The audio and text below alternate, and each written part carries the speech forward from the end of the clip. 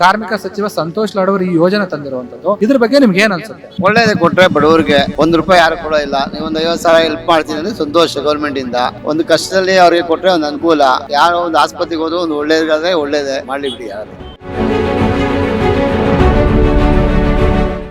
ಇಲ್ಲಿ ಒಬ್ರು ಬೀದಿ ಬದಿ ವ್ಯಾಪಾರಿ ಇದಾರೆ, ನೀವು ಗಮನಿಸಬಹುದು. ಇಲ್ಲಿ ಎಲ್ಲ ಇವರು ತಿಂಡಿ ತಿನಿಸುಗಳನ್ನ ಮಾರಾಟ ಮಾಡ್ತಾ ಇದ್ದಾರೆ. ಇವರು ಕೂಡ ಬೀದಿ ಬದಿ ವ್ಯಾಪಾರಿಗಳ ಒಂದು ಫಲಾನುಭವಿಗಳು. ಈ ಒಂದು ಕಾರ್ಮಿಕ ಇಲಾಖೆ ಏನಿದೆ ಇವಾಗ ತಂದಿರುವಂತಹ ಒಂದು ಹೊಸ ಯೋಜನೆಯಲ್ಲಿ ಇವರು ಕೂಡ ಒಳಪಡ್ತಾರೆ, ಅಂಬೇಡ್ಕರ್ ಕಾರ್ಮಿಕ ಸಹಾಯಹಸ್ತ ಯೋಜನೆಗೆ.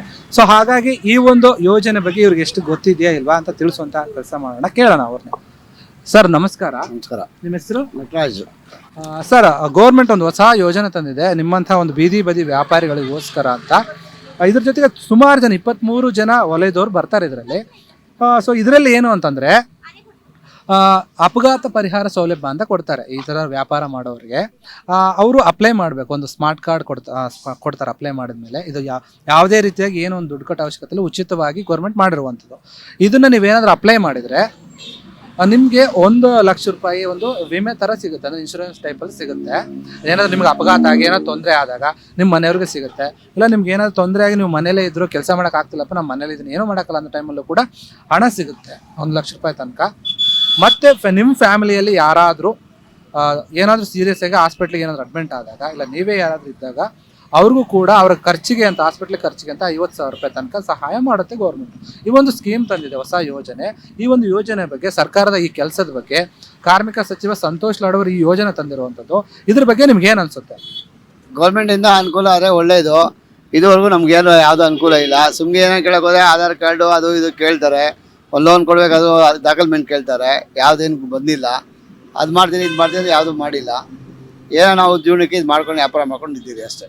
ಸರ್, ಅಂದ್ರೆ ಈ ಒಂದು ಯೋಜನೆಗೆ ನೋಡಿ, ನೀವು ಏನ್ ಜಾಸ್ತಿ ಡಾಕ್ಯುಮೆಂಟ್ಸ್ ಕೊಡೋ ಅವಶ್ಯಕತೆ ಇಲ್ಲ. ನಿಮ್ದೊಂದು ಫೋಟೋ ಮತ್ತೆ ಆಧಾರ್ ಕಾರ್ಡು, ರೇಷನ್ ಕಾರ್ಡ್ ಇದ್ರೆ ಕೊಡ್ಬೋದು, ರೇಷನ್ ಕಾರ್ಡ್ ಇಲ್ಲ ಅಂದ್ರೂ ಪರವಾಗಿಲ್ಲ ಅಂತ ಹೇಳಿದ್ದಾರೆ. ಸೊ ಸರ್ಕಾರ ಇಷ್ಟು ಈಸಿಯಾಗಿ ಈ ಒಂದು ಕಾರ್ಡ್ನ ತಗೊಳ್ಳೋಕೆ ಯೋಜನೆಯನ್ನು ರೂಪಿಸಿದೆ. ಈ ಯೋಜನೆ ಬಂದಿರುವಂಥದ್ದು ಮತ್ತೆ ಸರ್ಕಾರದ ಬಗ್ಗೆ, ಸಚಿವರ ಬಗ್ಗೆ ನಿಮ್ಗೆ ಏನ್ ಅನ್ಸುತ್ತೆ? ಯಾಕಂದ್ರೆ ಇಷ್ಟು ವರ್ಷದಿಂದ ಬೀದಿ ಬದಿ ವ್ಯಾಪಾರಿಗಳಿಗೆ ಅಂತ ಸಪ್ರೇಟ್ ಆಗಿ ಒಂದು ಸ್ಕೀಮ್ ಏನೋ ಇರ್ಲಿಲ್ಲ, ಅಂದ್ರೆ ಈ ಸರ್ಕಾರ ಈಗ ತಂದಿರುವಂಥದ್ದು ನಿಮ್ಗೆ ಏನ್ ಅನ್ಸುತ್ತೆ? ಒಳ್ಳೇದೇ ಕೊಟ್ರೆ ಬಡವರಿಗೆ ₹1 ಯಾರು ಕೊಡೋ ಇಲ್ಲ. ನೀವು ಒಂದು 50,000 ಹೆಲ್ಪ್ ಮಾಡ್ತೀನಿ ಅಂದ್ರೆ ಸಂತೋಷ. ಗೌರ್ಮೆಂಟ್ ಇಂದ ಒಂದು ಕಷ್ಟದಲ್ಲಿ ಅವ್ರಿಗೆ ಕೊಟ್ರೆ ಒಂದು ಅನುಕೂಲ. ಯಾರೋ ಒಂದು ಆಸ್ಪತ್ರೆಗೆ ಹೋದ್ರು ಒಂದು ಒಳ್ಳೇದಾದ್ರೆ ಒಳ್ಳೇದೇ ಮಾಡ್ಲಿ ಬಿಡಿ. ಆಗಲಿ ಸಂತೋಷ.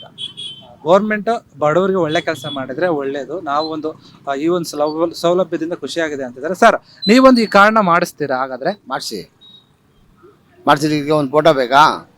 ಒಂದು ಫೋಟೋ ನೀವು ನಿಮ್ಮ ಒಂದು ಮೊಬೈಲಲ್ಲಿ ಆಗಿರ್ಬೋದು ಅಥವಾ ವೆಬ್ಸೈಟಲ್ಲಿ ನೀವು ಹೋಗಿ ಸೈಬರ್ ಶಾಪ್ ಅಲ್ಲಿನೂ ಅಪ್ಲೈ ಮಾಡ್ಬೋದು. ನೀವು ಇವಾಗ ನಿಮ್ಗೆ ಈ ಒಂದು ಯೋಜನೆ ಬಗ್ಗೆ ಗೊತ್ತಾಯ್ತು, ಮೊದಲು ಗೊತ್ತಿರಲಿಲ್ಲ ಅಲ್ವಾ?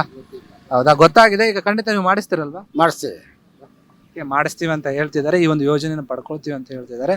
ಸೊ ಈ ಒಂದು ಸರ್ಕಾರದ ಯೋಜನೆ ಎಲ್ಲರಿಗೂ ಕೂಡ ಸಿಗಬೇಕು. ಮುಖ್ಯವಾಗಿ ಕಷ್ಟಪಟ್ಟು ಕೆಲಸ ಮಾಡುವಂತಹ ಅಂದ್ರೆ ಕಾರ್ಮಿಕರೇನಿದ್ದಾರೆ ಅವ್ರಿಗೆ ಸಿಗ್ಬೇಕನ್ನುವಂಥದ್ದೇ ಸಂತೋಷ್ ಲಾಡ್ ಅವರ ಒಂದು ಮೂಲ ಆಶಯ. ಸೊ ಹೀಗಾಗಿ ಇದರ ಒಂದು ಉಪಯೋಗವನ್ನು ಪಡ್ಕೊಳ್ತೀವಿ ಅಂತ ಹೇಳ್ತಾ ಇದ್ದಾರೆ. ಇನ್ನೂ ಸಾಕಷ್ಟು ವರ್ಗದ ಜನರಿದ್ದಾರೆ, ಅವ್ರನ್ನು ಕೂಡ ಮಾತಾಡ್ಸೋಣ.